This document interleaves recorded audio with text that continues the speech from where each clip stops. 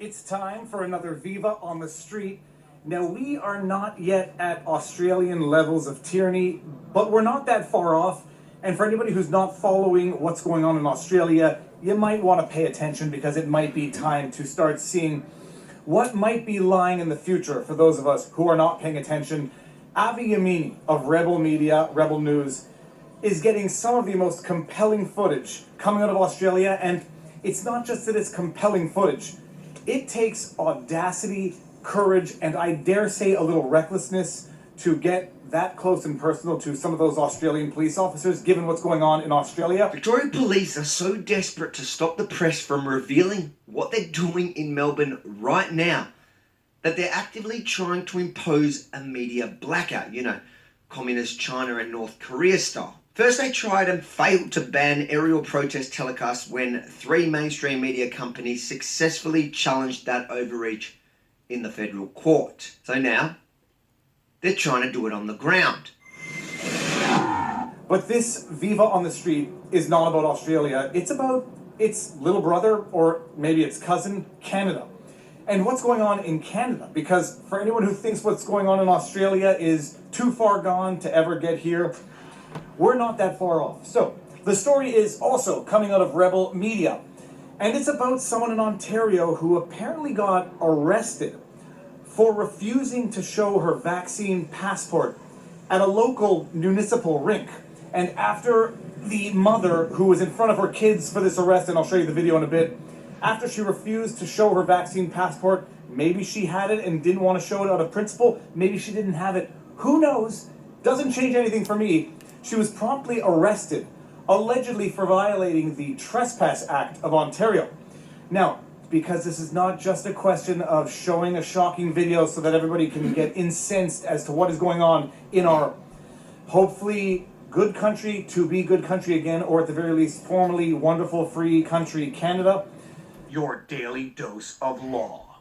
Trespassing in Canada, contrary to popular misconception, is not a federal crime. There is no federal statute for trespass in Canada. Now, there is a provision for trespass at night, which is specific, and I'll read it to you in a second, but there is no specific provision for trespassing per se. That is a purely provincial issue that each province enacts statutory legislation for trespass. Interesting fact also, by the way, Quebec has no prohibition on trespass. Federally speaking, once upon a time, there was a provision of the criminal code dealing with assault by trespass, and that is if you were asked to leave a property and you did not leave, and in so refusing to leave committed assault, that was a specific criminal code provision. Apparently it was repealed in 2012, and it kind of makes sense because assault by trespass kind of just smells like assault. Anyways, I don't know the exact reasons for which that provision of law was repealed. There is no specific criminal code provision for trespass. There is a provision for trespassing at night, which I'm going to read to you right now. Every person who, without lawful excuse, loiters or prowls at night on the property of another person near a dwelling house situated on that property is guilty of an offense punishable on summary conviction. So getting back to the story and the video I'm going to show you in a second, apparently this mother was asked to show her vaccine passport entering a municipal rink. And apparently she did not want to show the passport, or she did not have the passport to show. She was told to leave, and when she refused to leave, she was apparently told that she was violating the Trespassing Act of Ontario and was arrested and cuffed in front of her kids. Now, if that doesn't shock anybody's conscience, and if anybody doesn't say, well, we're getting a little too close to Australia levels tyranny for what we feel comfortable with in Canada, I don't know what to tell you. Maybe watch the video and let me know what you think of it afterwards. But this person was literally handcuffed in front of her kids, and the police officers, they seemed a little too happy to do it. Why are you asking her to leave? Okay, this is between her and us, not yourself. Why are you asking her to leave? Answer. You can go over here. No. So You can give us a ticket. To identify yourself to us right now for trespass to property because they asked you not to. This is a public facility that we paid for. They've asked you to leave. Do you have identification on you? You don't want to do this in front of your children, right? We are not trespassing. Yes, you are. You already told me you were. Really? You know what, it's not worth it. Knock that off. Grab your hands back, okay? Don't resist it. Why are you arresting her? And this gentleman's with you? Why are you arresting her? Told you. You didn't say why she's under arrest. Now it's under the Trespass to Property Act. What's your name? My name is right here on my And vest. what's your partner's name? 11819, I'm out of Kincardine. Feel free to contact and find out the rules. So that was the video. You'll let me know what you think of that. But as far as it goes, even for the provincial statutory provisions on trespassing, it's not quite as easy as these police officers are saying, you're on a place, you're asked to leave, and if you don't immediately leave, it's trespassing. I did a video on this incident that occurred in a New Brunswick Tim Hortons a while back. And there are certain defenses to accusations of trespassing, one of which is obviously the consent of the property owner. The other is implicit consent. For example, you go into a store, you purchase a coffee, as occurred at the Tim Hortons, and there is something potentially, arguably, of an implicit understanding that you are allowed to remain on the premises without being in violation of whatever provincial statutes exist as relates to trespass. You don't go into Tim Hortons, buy the coffee, give them money to buy the coffee, then they tell you to leave, and if you don't leave within 30 seconds, you're trespassing. That's not exactly how it works. This incident was in, from what I understand, a municipal rink. So you're dealing with public property to some extent. And the question is going to be, as relates to public property, what are the provisions for being in violation of, how's it going? Great. Now this is Inception level vlogs.